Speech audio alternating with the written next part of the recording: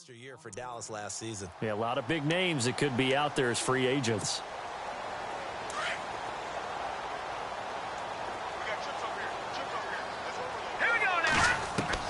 To throw on second down is Keenum. And this one taken in on the right sideline, but not in the field of play. They say it's incomplete. The throw led him a little too far. It brings up third down.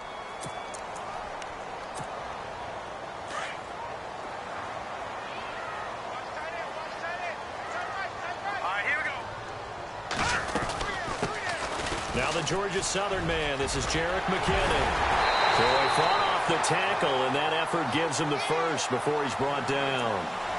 It's a gain of 11 yards that time, and it produces a new set of downs.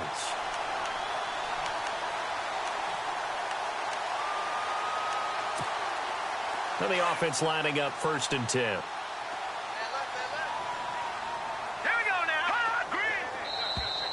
And now whistles and a flag, and I think we got a jump here. They'll step off the 5 yards. Yeah, partner, you know, defensive end, he wants to get into the offensive backfield. He wants that get off to be as fast as possible. A little too quick on that one. So a 1st down and 5 for the offense. Cook following the penalty. He had a great strong move, but he'll still be stopped shy of midfield. And just a yard on the pickup there. It'll be 2nd and 4. We haven't seen much from him running the football here in this first quarter. No, you're right about that. We haven't seen much of him at all so far. They've stacked him up pretty well, but when you're trying to run the football, sometimes you got to play the long game. And he can't get rid of it. He's taken down. Vic Beasley able to get in there and drop him for a 2-yard loss. He was trying to keep his eyes downfield. Nobody came open. He's trying to do everything that he had been taught, right? Every bit of the technique. But if no one's open, there is no technique except make sure you hold on to the ball as you go to the ground when you're getting sacked. On 1st down, Keenum finding his safety valve here. That's complete. And now look at this. Big gain, but a fumble. But this will fortunately wind up out of bounds. I don't know about you, but I could hear and feel the sigh of relief all the way up here in our booth. That was palpable. The sideline, the friend there. No doubt about it. Ball goes over the sideline, able to retain possession, no turnover. I know his coach is screaming, just hang on to the ball, man. To throw, it's Keenum. And his throw here's incomplete. This defense not going to make it easy for you. They're a physical group, and we just saw it there on that play. He came in, made the contact, just as he's trying to haul it in.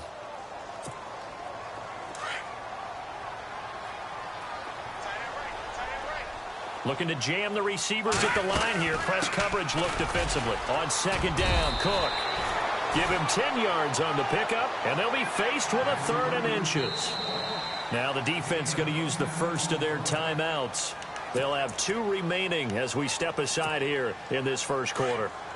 The offense on 3rd down tonight, they've been okay. 2 for 3 thus far. They're looking at 3rd and a few inches. They'll run it. Here's Cook.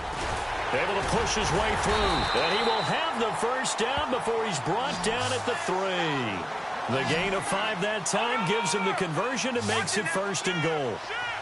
I think they like this drive a little bit better there, partner. Running game helping out, picking up some of the slack. And he will fight his way into the end zone for a touchdown.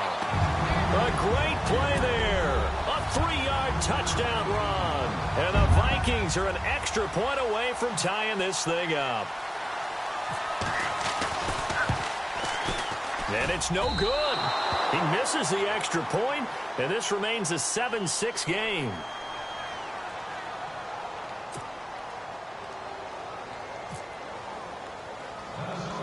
Forbath out to kick this one away. Andre Roberts now to return it. And he nearly broke that for more, but as it is, they'll start this drive at about the 37-yard line. Falcons taking over on offense in just a second, and, you know, this year ended in disappointing fashion. Now, last year was the ultimate version of heartbreak, but if you're a Falcon fan, was this one was tough to swallow as well, wasn't it? It certainly was, because let's be honest about it. Losing in the Super Bowl, I don't care how you lose, you were in the Super Bowl, you were playing for it all. This team was supposed to be as good or better Ultimately ended up 10-6, found their way in the playoffs, but didn't get the deep run as they had the year before. So you're exactly right. For Falcons fans, that's a tough one. But this is a team that's built to be good for a long time.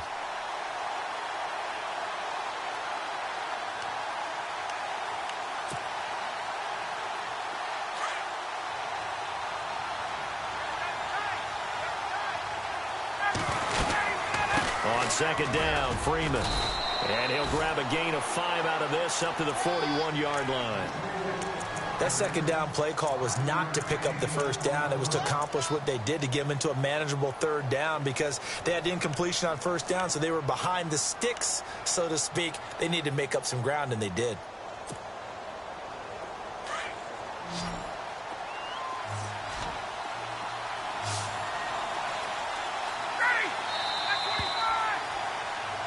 Alongside Charles Davis, Brandon Gaudin, it's the Falcons in possession to begin quarter number 2. They've got a third down and 5 to start things out.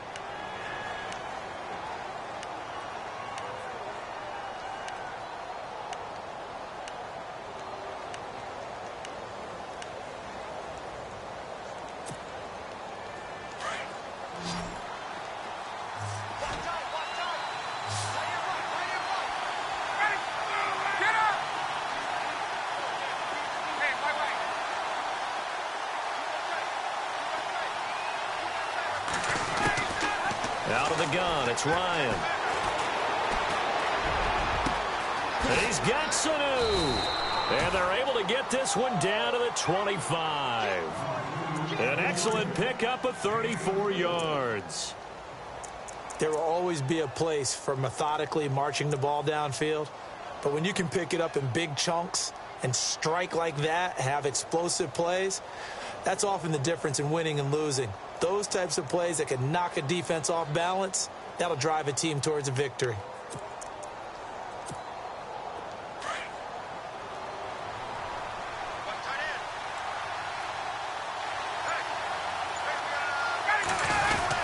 This is Freeman on 1st and 10. And give him about 3 as he gets it down to the 22-yard line. Not much happening there on first down. I thought there might have been a hole for a split second. Yeah, but it dried up pretty quickly, didn't it? Closed fast.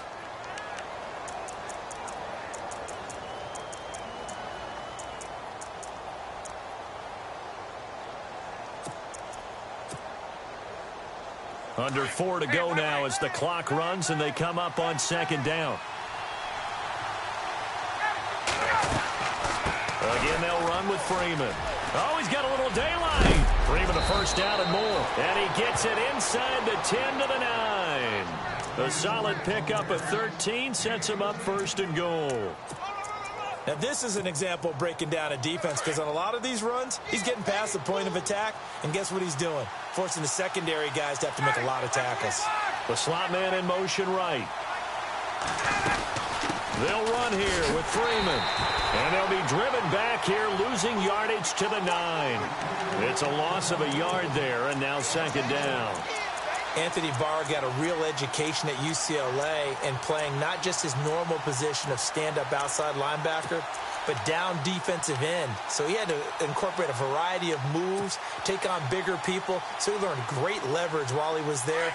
That really helps him when he's trying to stop people running the ball. Born in South Bend, Indiana. Thought about going back to go to Notre Dame, but you're right. Great career at UCLA and now a great career in the NFL. And this is caught for a Falcon touchdown. Taylor Gabriel, a 9-yard touchdown grab. And the Falcons will extend their lead. Well, that's about as quick of a passing touchdown as you'll ever see right there. Everyone has a section in their playbook called the quick game. That was the super quick game. Out of the hands of the thrower, bam, right to the receiver, successfully for a touchdown. How in-depth is that quick game part of the playbook? It's pretty in-depth because people want the ball out of the hands of the quarterback into the playmaker's hands downfield as fast as possible.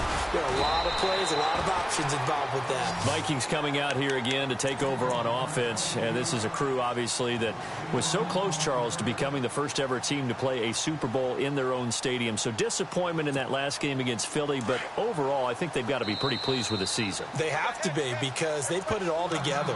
Won the NFC North, How about that win over the Saints in the divisional round? I mean, I don't know that they'll ever top that in terms of getting something done late in the game, especially with what was on the line. They do get Dalvin Cook back at running back next year. I think they'd still like to have a little more speed at wide receiver. But all in all, this team comes back pretty well intact and will be a force for a while. Yeah, that defense is pretty sick. Into heavy traffic, and it's intercepted.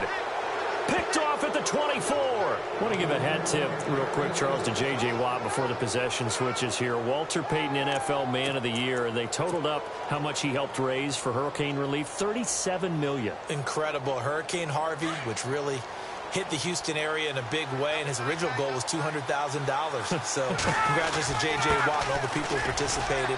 And Greg Olsen of the Panthers, Benjamin Watson of the Ravens, both tight ends, also nominated and finalists for the most prestigious award as determined by the NFL, the Walter Payton Man of the Year Award. Well, if you're a football guy, that's a pretty run because everyone is in sync right there. Obviously, the guy carrying the ball, but how about the people up front? Leverage, athleticism, they created some nice space for him. Well, they don't need to run another play here before the 2-minute warning. Let's see if they do it anyway.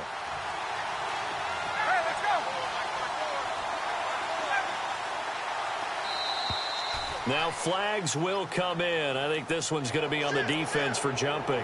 So he jumped as a safety. You might know a thing or two about that from your playing days. Well, I remember creeping up near the line of scrimmage on certain blitzes or certain coverages. Never jumped off sides, though. Not once? Not once. I wish I had a few times. It would have stopped some of those plays I got toasted up on. 2 minutes to go here in the first half. More from Minneapolis after this. Second and very short here, less than a yard.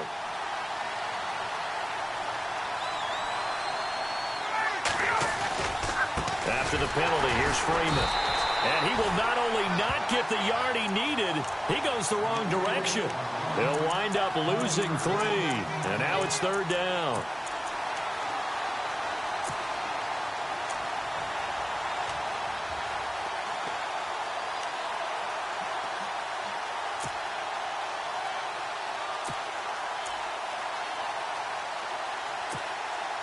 And on third down, a nickel formation here defensively.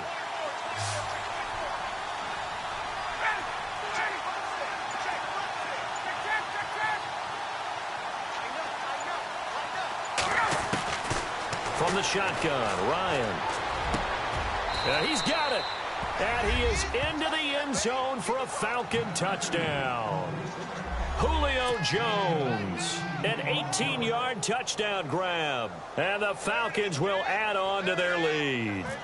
Here's Bryant for the extra point.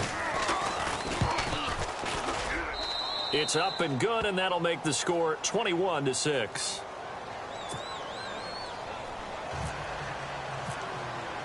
Here's Bosher to kick it away.